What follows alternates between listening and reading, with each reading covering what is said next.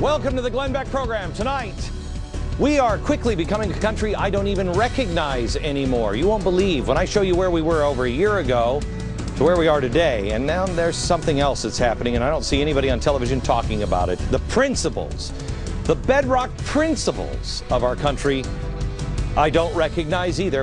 But it starts at the administration. The principles don't match the policies.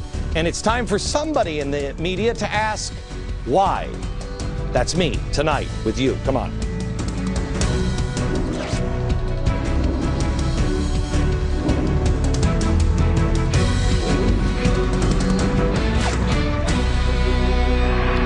Hello, America. I want to have a serious conversation with you tonight, and I come to you trying to figure out what's going on.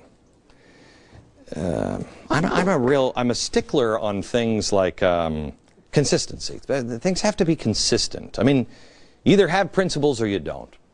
Principles. Principles. Base everything on principles. You get the policies from those principles. Okay, what were the principles that Barack Obama said that he had when he was elected? Okay? When he was elected, the principles, how many times did you hear this? We're going to stop just snatching people off the street. I mean, I don't ever remember us ever snatching people off the street, but apparently we were during the campaign. We were just snatching Muslims off the street. He was going to stop that. And I haven't seen it, so he must have stopped it. And everyone was going to get a fair trial. Do you remember that one? Got to have a fair trial. The next one was right to privacy. You have a right to privacy. This government is out of control. Next one was no interrogation techniques. Basically, no torture or anything. Don't even ask a hard question. Don't keep the lights on too long. Let them take a nap. And the last one was no war. They're going to stop the war. No war. Okay? Those were the ideas. Fair trial, privacy, interrogation techniques, and no war. Okay. Those were the principles. So what were the policies? Well, not snatching people off the street and fair trial. Can't hold terror suspects indefinitely. They wanted to close Guantanamo Bay. Okay, these match. I could say your principles match your policies. Great. Right to privacy. Match. No warrantless wiretaps. That's what they were going for. Third one, no interrogation techniques. That's ensure basic rights. I think this one and this one kind of match. Can't hold people, terror suspects. You got to close Guantanamo. Because what were we doing in Guantanamo? We're asking tough questions and leaving the lights on. You have basic rights. Interrogation techniques. When do you think that happens? Last one was no war. They said they were going to stop the war. This is where they got really weaselly. We're going to stop the war. No war. We're going to end it right away. Well, they did. They just stopped calling it. It's what progressives always do. They just called it an overseas contingency plan. War? What war? No. It's a plan, not a war. Okay.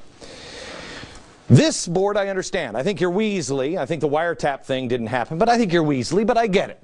I get it. Okay. That's politics in America the way it normally happens. Now, let me show you some things that don't match. Because remember, these are our principles. This is what Obama said his principles were. Something's wrong. And I need you to figure out why. Let's start at the beginning. We're against snatching people off the street in a fair trial, right? How does that match with what's happening today? Not a lot of people have seen this yet. Let me show you the person we just nominated for Supreme Court Justice, Elena Kagan. Now, people don't know an awful lot about her because, I mean, she doesn't have a deep catalog of writing. She wasn't a judge before. Not a problem. Some people have a problem with that, but this is a new thing that everybody was a judge. You can't count on the media to investigate, so maybe you should. Because I see in the media, these are the hard-hitting facts that we know about Kagan. Here they are. Watch. Her interests reflect her openness. She loves softball and poker. Accomplished poker player, opera lover, and given that nickname that Justice Marshall gave to her, she's 5'3". Okay, so she loves softball and poker. I don't know what that means to you and me. I'd like to see the media maybe spend a little more time looking into some of the things and some of the things that she said.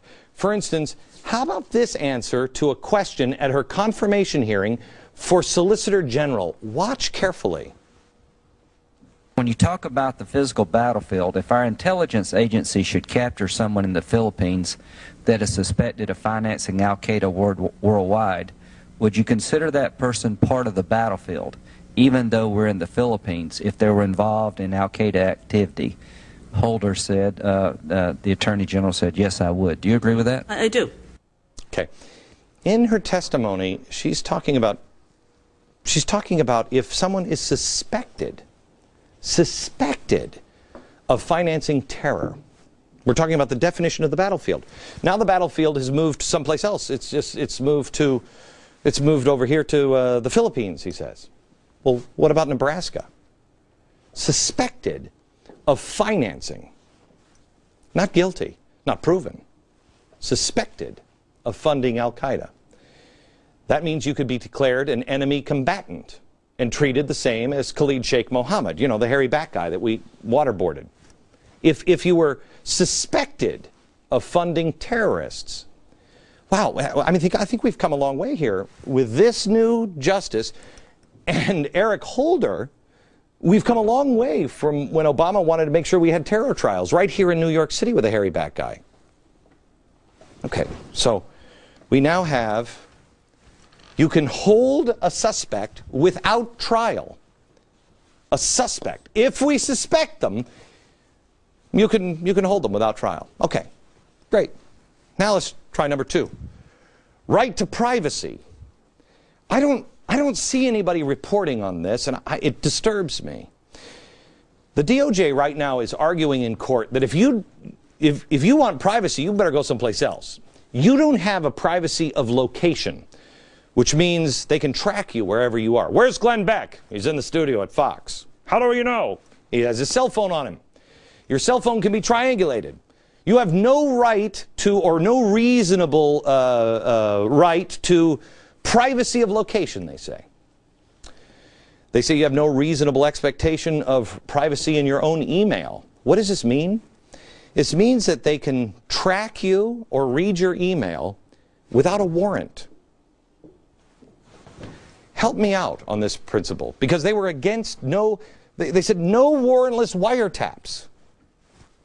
Right to privacy. No warrantless wiretaps. Now, our policy, apparently, is that they can read, track, without warrant. Third one.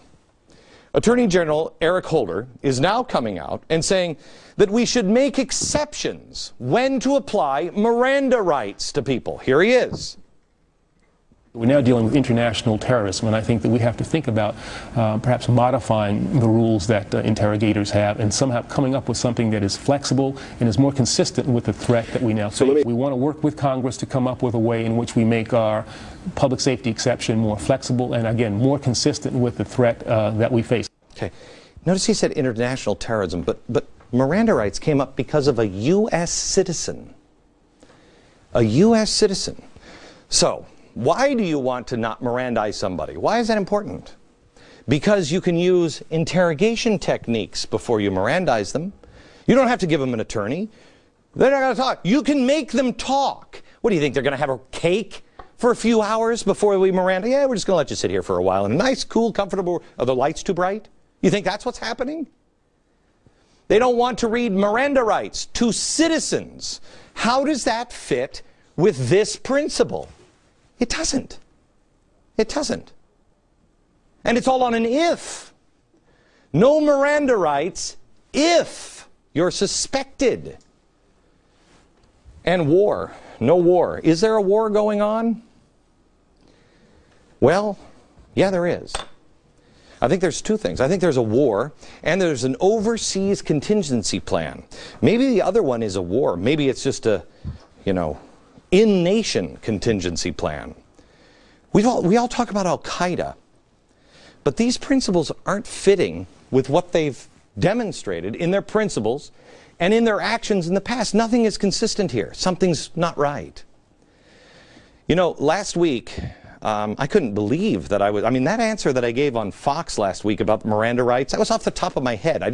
I just got up. I was up for about 20 minutes while I did this episode. And even the founder of Tides, remember that? The really shady organization that I'm like, Run for your life. It's Drummond Pike. Drummond Pike wrote this, Why I Love Glenn Beck. He says, Beck has just done the right thing and he deserves praise even from his rhetorical enemies. Are you kidding me? It's Tides. I mean, I read that and I'm like, I should rethink this whole thing. Jon Stewart, the Huffington Post, MSNBC. They all said that I was the voice of reason in all of this. Watch. This next clip's gonna hurt me as much as it's gonna hurt you, Chuck.